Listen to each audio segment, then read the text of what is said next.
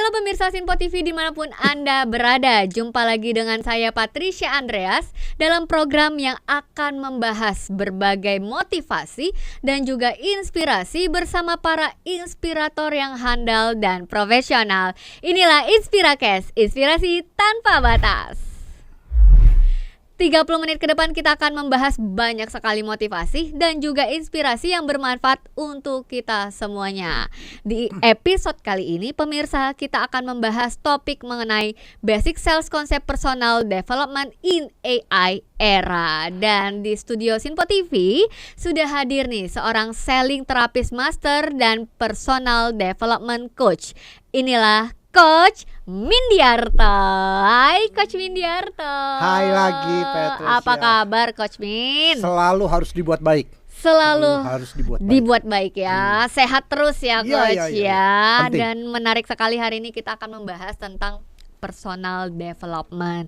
Coach, sebelum jauh kita menilik tentang personal development, saya mau tahu nih, kesibukannya Coach Min sekarang apa sih Coach? Kesibukannya biasa, bantu-bantu klien, bantu-bantu perusahaan, ya baik sifatnya konsultasi maupun in-house training. Dan itu sudah dari tahun berapa sih Coach merintisnya Coach? 2001. Wow. Sudah 24 tahun. Jadi selama itu pasti banyak sekali ya pengalaman-pengalaman yang sudah Coach dapatkan yang pastinya harus dibagikan nih di hari ini ya Coach ya. Siap Ya Coach. Oke, Coach Min langsung saja membahas tentang konsep yang tadi kita katakan. Apakah dan seberapa pentingkah personal development itu sendiri Coach dalam kehidupan kita sehari-hari? Baik, personal development sesuatu yang mutlak sebetulnya dilakukan baik oleh individu yang bersangkutan maupun oleh corporate perusahaan ya. Karena di dalam konsep people development, satu yang pasti adalah harus menjawab persaingan. Kedua adalah juga untuk meningkatkan di dalam career path. Bagaimana seseorang itu ingin berkarir, mau tidak mau, suka tidak suka, kan harus di-develop dirinya gitu. Iya, jadi kalau ditanya seberapa penting banget ya. Penting banget. Oke, Coach, apa saja ya yang kita perlukan untuk membangun personal development ini sendiri, Coach? Dan seperti apa sih langkah-langkah yang perlu kita ketahui, Coach?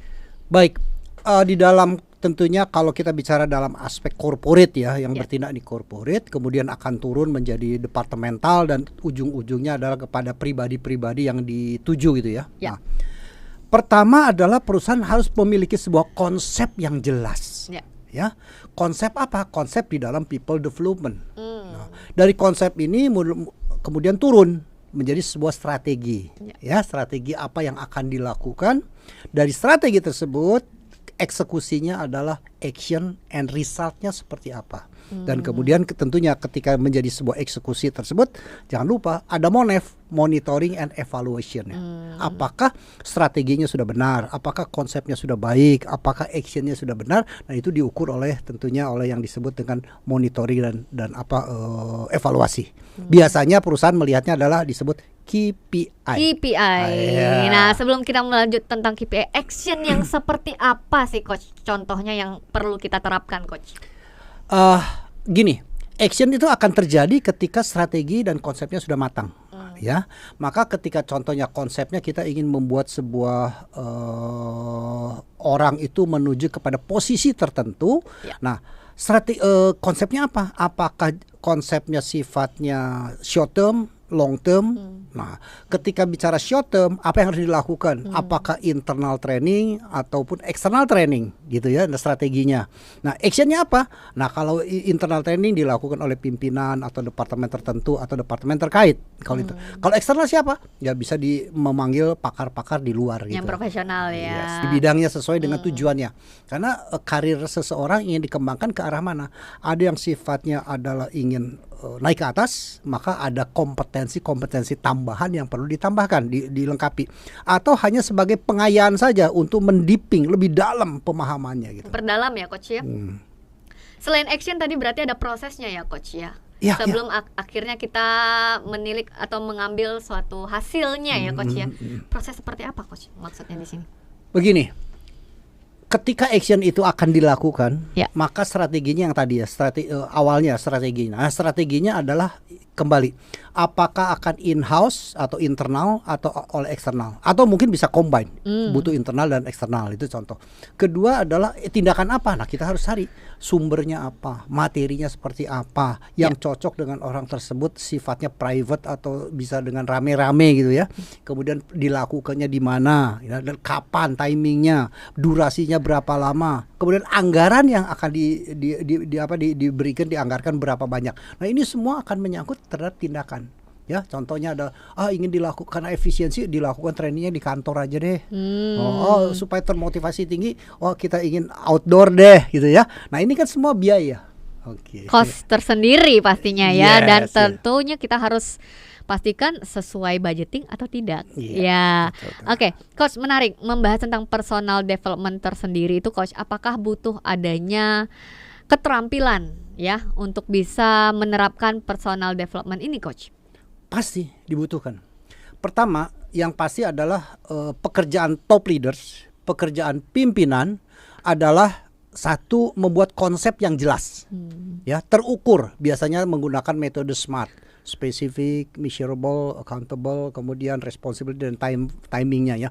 Nah, konsep yang jelas dari pimpinan ini maka perlu diturunkan apa saja. Nah, konsep yang jelas itu pimpinan kan harus punya, memahami tentang, bukan memahami, memotret tentang situasi perusahaan. Contohnya apa?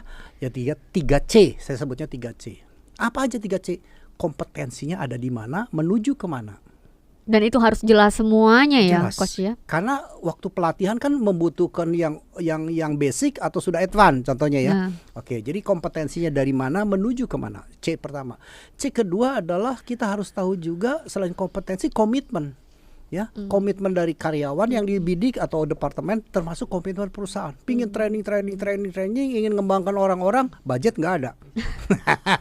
Kan begitu kan, nggak jalan juga. Kemudian perusahaannya mau, anggaran ada, komitmen ada, karyawannya ketemu malas belajar, kurang komitmen juga. Maka harus dicari komitmen. C yang ketiga adalah sebut krisis urgensi. Apa sih krisis urgensi? Berorientasi bukan terhadap end result, tetapi berorientasi pada proses. Nah, itu konsepnya. Sehingga ketika kita mengedukasi seseorang dalam artian individu maupun departemental, jangan hanya lihat end result, karena end result itu berbahaya ketika melanggar proses. Maka proses menjadi sebuah penting. Kenapa? Karena proses yang baik akan menghasilkan result yang baik. Tapi result baik belum tentu proses baik. Nah, itu dia. Berarti proses juga menentukan ya, Coach ya, semuanya ya. Yes. Coach, lalu siapa sih sebenarnya yang bahasanya bertanggung jawab ya, Coach, atas personal development ini sendiri, Coach? Seluruh organ yang ada di dalam perusahaan, terutama adalah tentunya pimpinan perusahaan. Karena apa? Pimpinan perusahaan kan bertanggung jawab terhadap seluruh bagian, seluruh departemen atau seluruh divisi yang ada dalam perusahaan. Nah, kemudian setelah itu turun ke departemen yang terkait, dalam artian mengkoordinasi, mencari dan seterusnya. Biasanya orang-orang dari human capital atau human asset, ya, atau orang bilang orang HRD. Nah, kemudian dia bekerja sama dengan departemen headnya. Ya, departemen head untuk memastikan bahwa kebutuhan pelatihan itu seperti apa, usernya lah kalau bilang itu usernya. Nah, setelah itu baru kita cari sumbernya. Nah, itu yang pertama, siapa yang membutuhkan adalah pasti dari tingkat pimpinan tertinggi puncak. ya. Kedua adalah pasti pimpinan media, di mana dia sebagai departemen head. Ketiga, individu orang yang akan kita kembangkan perlu juga memiliki sebuah tanggung jawab. Mau nggak diajarin? Bener nggak kalau diajarin? Serius nggak diajarin? Nah, menariknya sekali, Coach. Bagaimana menumbuhkan rasa kesadaran itu sendiri kepada sang personal itu, Coach, bahwa penting loh ini. Itu terkadang kan hanya saja karyawannya ya sudah, saya kan digaji segini, saya kerjanya begini aja. Bagaimana menumbuhkan rasa tingkat itu, Coach? Pertama, budaya belajar di dalam perusahaan itu menjadi sebuah hal yang penting. Jadi budaya belajar artinya setiap individu memang dididik untuk selalu bertumbuh kembang. Dan itu dibudayakan dengan cara apa? Nah, sering sekali di dalam konsep KPI ya, orang melihat hanya KPI kan sebetulnya mengukur hasil daripada yang sudah dicapai. Betul. Ya, jadi previous ya. Oh, penjualannya bagaimana? Oh, aktivitas gimana? Tanggung jawab. Gitu. Tetapi ada sebuah penilaian juga yang intinya adalah apa yang akan ke depan, dia sudah punya konsep ataupun sudah punya rencana ke depan. Nah, ini kan belum terwujud. Nah, itu juga bisa bagian daripada berarti KPI. bisa dianggap bahwa seorang karyawan pun harus tahu dan mengerti dan fokus dengan tujuan dia sebenarnya kerja seperti apa ya, Coach? Ya, karena di dalam career path kan people development tujuannya selain selain mengatasi tuntutan zaman, tuntutan persaingan, kembali kan untuk career path. Bagaimana dia bisa punya jenjang karir yang baik. Nah, karir baik itu kan mesti terbuka. Bahwa kita punya jenjang jabatan ini. Syarat jabatan untuk mencapai ke sana apa saja. Nah, kemudian kita mapping kan, setiap kali di mapping. Oh, si A ada gapnya di sini. Oh, si B gapnya di sini. Si C. Nah, kemudian kita cari siapa yang paling siap untuk mengisi gap tersebut. Jadi sangat terbuka di dalam career path. Jadi career path itu bukan main tunjuk. Wah, tahu-tahu ditunjuk jadi jadi pimpinan, naik pangkat, enggak. Dia segampang itu ya. Dia tahu saya akan kemana. Dan untuk mencapai ke sana saya harus seperti apa. Dan jelas semuanya. Jelas. Sehingga tujuan yang akan dicapai, target yang mau dicapai juga jelas semuanya. Jadi, setiap orang bisa berburu. Ya. Setiap orang bisa berburu untuk jabatan tersebut. Sehingga membidiknya juga jelas gitu ya, Coach ya. Oke, pertanyaannya, Coach, apakah perbedaan antara personal development dengan self improvement? Apakah beda, Coach? Apa mungkin sama, Coach? Kalau personal development konsepnya lebih ke arah strategik dan perusahaan yang memiliki sebuah tanggung jawab cukup punya peran besar. Sedangkan self improvement itu kan hanya meningkatkan diri saya, tetapi belum tentu diri saya meningkat ini mendevelop tentang kompetensi. Ya, belum tentu mendevelop tentang kompetensi. Apa artinya? Kalau bicara tentang people development, artinya kan semua orang, setiap orang terlibat dan kemudian bisa menjawab tantangan.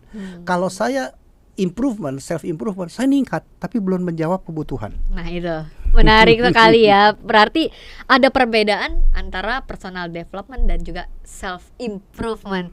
Coach, sebelum jauh kita melangkah membahas tentang personal development, kita harus rehat sejenak ya, Coach ya. Untuk itu pemirsa Sinpo TV dimanapun Anda berada, tetaplah bersama kami di Inspiracast, inspirasi tanpa batas.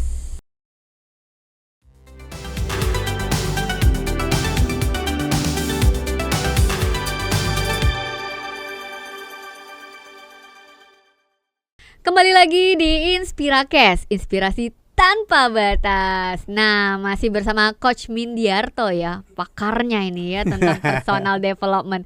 Coach, yang mau saya tanyakan kali ini adalah apakah ada faktor eksternal yang bisa mempengaruhi yang namanya personal development itu sendiri, Coach? Faktor eksternal justru sebagai triggernya ya. Ada faktor trigger. Gini, bahwa di dalam personal development itu ada faktor internal. Internal perusahaan artinya performa perusahaan seperti apa, kemudian mau kemana itu perusahaan dibidik sehingga organisasi butuh berkembang, dan organisasi ketika butuh berkembang artinya orang-orang yang di dalamnya dibutuhkan apa saja dan jabatan apa saja. Gitu. Itu internal faktor. Eksternal faktor adalah memang tuntutan dari luar perusahaan. Contohnya apa? Tuntutan persaingan, kebijakan pemerintah, ya. Nah, itu akan menuntut juga situasi-situasi ketika personal development. Paling contoh adalah faktor eksternal, contoh ketika COVID. Nah, itu kan eksternal tuh, miss COVID itu. Akibatnya apa? Banyak sekali orang mesti dari gaptek menjadi nggak boleh gaptek tuh. Mau nggak mau. Nggak mau. Kemudian sistem interaksi. Dulu kalau namanya jualan face to face, ketemu fisik. Kemudian sekarang jualan bisa nggak face to face, bisa lewat Zoom, by bisa online lewat ya. online. Nah, itu kan sebetulnya kan faktor eksternal. Atau kebijakan pemerintah. Ya, kebijakan pemerintah, sistem kesehatan, sistem ekonomi, anggaplah bunga bank naik. Itu kan berdampak tuh terhadap perusahaan, bagaimana para sales force atau perusahaan harus bertindak. Ya. Berarti butuh fleksibilitas tersendiri ya, Coach ya? Ya, itu masuk ke dalam strategi nanti ujung-ujungnya. Oh, oke. Strateginya ketika suku bunga naik bagaimana, ketika suku bunga turun berpengaruh nggak terhadap kita? Atau nih bisa saja mungkin sekarang nih lagi perang nih rame-rame nih. Apa dampaknya perang nih buat bisnis kita? Berdampak kuat atau tidak berdampak. Nah, tergantung bisnisnya gitu ya. Lalu strategi apa lagi nih coach kalau yang tadi selain fleksibilitas tadi coach? Yang pasti adalah kita mesti agile ya, agile dengan situasi. Agile dengan situasi artinya ketika faktor eksternal itu berdampak kuat atau tidak berdampak atau berdampak lemah. Nah, strategi apa yang harus kita lakukan? Itu eksternal. Ketika persaingan, produk pesaing ya. Apakah kegiatan pesaing itu sangat gencar atau biasa-biasa saja atau sama seperti tahun lalu? Nah, ini juga akan berdampak terhadap kegiatan apa yang harus kita lakukan di internal. Itu eksternalnya. Nah, strategi apa yang perlu dilakukan? Kembali adalah kita perlu mengikuti yang disebut dengan development sales team. Jadi yang di develop ini di dalam konsep teorinya people development sebetulnya kan. Nah, people itu kan kumpulan dari person, kumpulan orang-orang. Maka yang perlu di develop adalah tim. Jadi individunya bagus, timnya buruk juga nggak solid. Maka setiap individu harus baik sehingga timnya akan menjadi baik. Nah, bagaimana agar timnya baik? Kembali, the right people in the right place. Itu yang penting ya. Coach, lalu bagaimana sih kita tahu bagaimana cara untuk memastikan bahwa personal development ini sudah efektif penerapannya, Coach? Penerapannya ya. Ya. Penerapan bisa efektif ya, tapi kan perlu diukur karena bisa saja strateginya kurang akurat sehingga strategi kurang akurat, penerapannya efektif, hasilnya belum tentu sesuai dengan harapan. Nah, ketika kita bicara tentang seberapa efektifkah, artinya apa? Antara sasaran yang dituju dengan aktual faktanya. Dan alat ukurnya apa? Kembali ada KPI yang sifatnya jangka panjang atau ada KPI yang sifatnya jangka pendek. Sebuah project ini hanya berlaku 3 bulan, maka KPI-nya hanya 3 bulan saja berlaku. Atau ada sebuah project penilaian di dalam pribadi atau perusahaan itu sifatnya memang long term 1 tahun. Ya, kita akan nilai juga 1 tahun dengan cara periodikal tentunya, by semester, by quarterly dan gitu ya. Jadi itu alat ukurnya. Nah, yang perlu dikatakan tadi ya bahwa bagaimana people development ini bisa sukses kan perlu proses.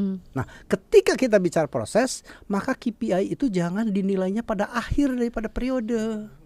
Kalau akhir periode udah selesai, maka perlu vital sign. Vital sign artinya, oke, kalau kita bicara 1 tahun, mari kita pelah per 3 bulan kita evaluasi. Dibedah lagi masing-masingnya ya. Dipilah atau diperpendek. Kalau objektifnya adalah 3 bulan, mari kita evaluasi per bulan. Kalau objeknya sebulan, mari kita evaluasi by week. Sehingga apa? Ketika kekeliruan di minggu 1, kita masih bisa ada langkah korektif di minggu depannya. Jadi nggak tarik panjang ya Coach ya, dipilah. Jangan di ending ya. Oke, Coach. Lalu membahas tentang topik kita hari ini di era digital, era AI ya, Coach. Berpengaruh juga nggak Coach dengan hadirnya si AI ini, Coach? Pasti berpengaruh kehadiran AI. Secara filosofi, kehadiran AI adalah tujuannya mempermudah. Mestinya ya, mempermudah. Hanya saja kadang-kadang banyak orang tidak siap dengan perubahan. Nah, tidak siap dengan perubahan karena apa? Mungkin AI-nya terlalu canggih, sedangkan orang yang untuk belajar AI-nya perlu energi besar untuk paham. Nah, ini terjadi gap lagi. Gapnya apa? Speed di dalam memahami AI ya. Itu satu. Kedua, apa sih AI manfaatnya? Manfaatnya pasti mempermudah, tetapi ada kendalanya apa? Membuat orang menjadi tidak apa ya? Determinasinya menjadi remah. Karena apa? Semua instan. Nggak, dulu kalau kita nggak bisa, wah mesti berusaha macam-macam. Sekarang nggak bisa, nanya mbah Google. Iya betul. Akibatnya apa? Mungkin kreatif kita akan berkurang. Kreatif kecuali si konten kreator ya, kecuali si pencipta AI-nya. Tapi bagi user bisa-bisa tidak kreatif. Ya banyak sekali. Dulu bikin lagu mesti bayar mahal, nunggu lama. Sekarang 5 menit lagu jahat. Tinggal diklik doang, masukin clue-nya ya. Iya, gampang. Itu kecanggihan AI, tetapi juga membuat orang-orang menjadi tidak kreatif karena apa? Dikendalikan oleh robot. Nah, teknologi. Iya, maka bagaimana bahasa robot tadi? Agar kita tetap memiliki peran sebagai manusia as a human gitu ya, maka bahasa robot itu terus harus ditransfer menjadi bahasa manusia. Menarik sekali. Apakah suatu saat nanti di era ke depan, Coach, AI ini bisa menggantikan peran kinerja seseorang, Coach? Karena untuk beberapa industri sudah ada dan sudah fakta. Contohnya pelayan restoran, waiters sudah banyak diganti AI, beberapa perusahaan ya, kemudian di rumah sakit juga sudah ada yang ngantar-ngantar obat udah pakai robot ya. Yang bersih-bersih sudah robot ya, dan macam-macam lah, bahkan istri pun sudah bisa robot. Nah, ada tantangan tersendiri nggak Coach dengan hadirnya teknologi yang jauh berkembang pesat hingga sekarang, Coach? Tantangan tertinggi adalah lebih ke arah personal mindset ya, personal mindset, bagaimana apakah AI ini mau dianggap sebagai tanda petik musuh atau kawan. Ya, kalau kita anggap sebagai kawan, maka kita bersahabat dengan AI, dan tentunya kita harus memiliki keseimbangan. Karena perkawanan itu kan keseimbangan itu ya. Jangan sampai yang satu pinter banget, yang satu bodoh banget, kan nggak nyambung. Jomplang ya. Lalu strateginya untuk menghadapi AI ini sendiri, Coach, yang efektif seperti apa sih, Coach? Ya mau nggak mau learning and learning. Terus belajar ya, Coach. Tidak ada jawaban lain, learning and learning. Tinggal pertanyaan adalah dengan berbagai macam AI itu, persoalan kita kan nggak mampu juga, otak kita, kapasitas otak kita kan ngikutin kehebatan AI dari berbagai aspek gitu ya. Ya tinggal pilih-pilih lah sesuai dengan kebutuhan kita. Ya kebutuhan kita, contohnya, oh kalau saya nih pencipta lagu contohnya, marilah hebatnya kita pencipta lagu, mari berdamai dengan AI. Gitulah. Menerima, kemudian kita kalibrasi. Kalau kita sebagai penulis, marilah bersahabat sebagai penulis dengan AI. Tapi jangan menjadi kompetitor itu loh. Wah, ladang bisnis saya habis nih sama AI. Merasa tersaingi gitu ya. Itu kan tidak bersahabat, artinya menjadi kompetitor. Bersahabat dengan mereka. Kalau kita katakan bahwa pasti banyak sekali dampak positif yang dihasilkan dengan perkembangan AI, perkembangan teknologi yang kita dapatkan hingga hari ini, Coach. Ada dampak negatif juga nggak, Coach, jika kita tidak menerapkannya secara bijak dengan hadirnya teknologi ini, Coach? Ya, AI kan sebetulnya bahasa robot. Ya. Ketika kita bicara menelan mentah-mentah, maka faktor customize kan tidak bisa kita gunakan. Itu satu. Apalagi kalau yang sifatnya AI itu yang sifatnya sosial. Kalau sifatnya eksak, oke lah. 5 tambah 5 ya mesti 10, 5 kali 5 ya harus 25. Itu kan eksak. Tapi kalau ilmu sosial kan sangat situasional. Bagaimana kultur orang tuanya, bagaimana lingkungan rumahnya, bagaimana lingkungan pekerjaannya. Nah ini kan perlu di customize. Jadi AI menjawab, mari kita kalibrasi. Sesuai dengan kebutuhan dan situasi kita. Kalibrasi, wow, Coach Min, luar biasa untuk insight-nya hari ini. Seperti biasa, Coach Min, kalau di Inspirakes ini selalu memberikan 3 tips ya untuk pemirsa di rumah yang sudah menyaksikan Inspirakes hari ini. Boleh dong ya kita dengarkan 3 tips ya. Tips yang pertama dari Coach Mindiarto. Tips pertama adalah ketika kita ingin berkembang dengan baik, maka kita harus punya konsep yang baik. Dan konsep yang baik kita akan menurunkan menjadi strategi yang tepat sasaran. Ketika strategi tepat sasaran, maka kita akan melakukan tindakan dengan benar. Wow, prosesnya ya. Yes. Oke, tips yang kedua, Coach Min. Oke. Tips kedua, be professional is not instantly. Jadi untuk menjadi profesional itu tidak instan, ada proses. Ya. Yang ketiga ya, mesti believe ya di dalam sistem, kemudian doing di dalam activity. Jadi believe in system artinya kita yakini bahwa sistem ini baik, kemudian kita doing, hanya nggak cukup believe tapi harus doing. Jadi ada eksekusi. Harus action juga ya. Oke. Seperti biasa, Coach, saya mau dengarkan quotes of the day-nya dari Coach Mindiarto untuk pemirsa yang di rumah. Jadikan AI adalah bukan musuh Anda, tetapi AI adalah sahabat Anda. Sahabat Anda, AI. Wah, teknologi yang bersahabat pastinya ya. Terima kasih Coach Mindiarto untuk segala insight ya yang luar biasa sekali yang kita hari ini membahas tentang personal development ini sendiri. Coach Min, boleh hadir lagi nanti dengan topik yang berbeda ya, memberikan inspirasi yang baik bagi kita semua ya. Coach Min, terima kasih banyak. Oke, terima kasih. Demikian program Inspirakes hari ini. Saksikan selalu Inspirakes, inspirasi tanpa batas setiap hari Senin hingga hari Jumat. Saya Patricia Andreas pamit undur diri. Sampai jumpa dan salam inspirasi. Coach Min.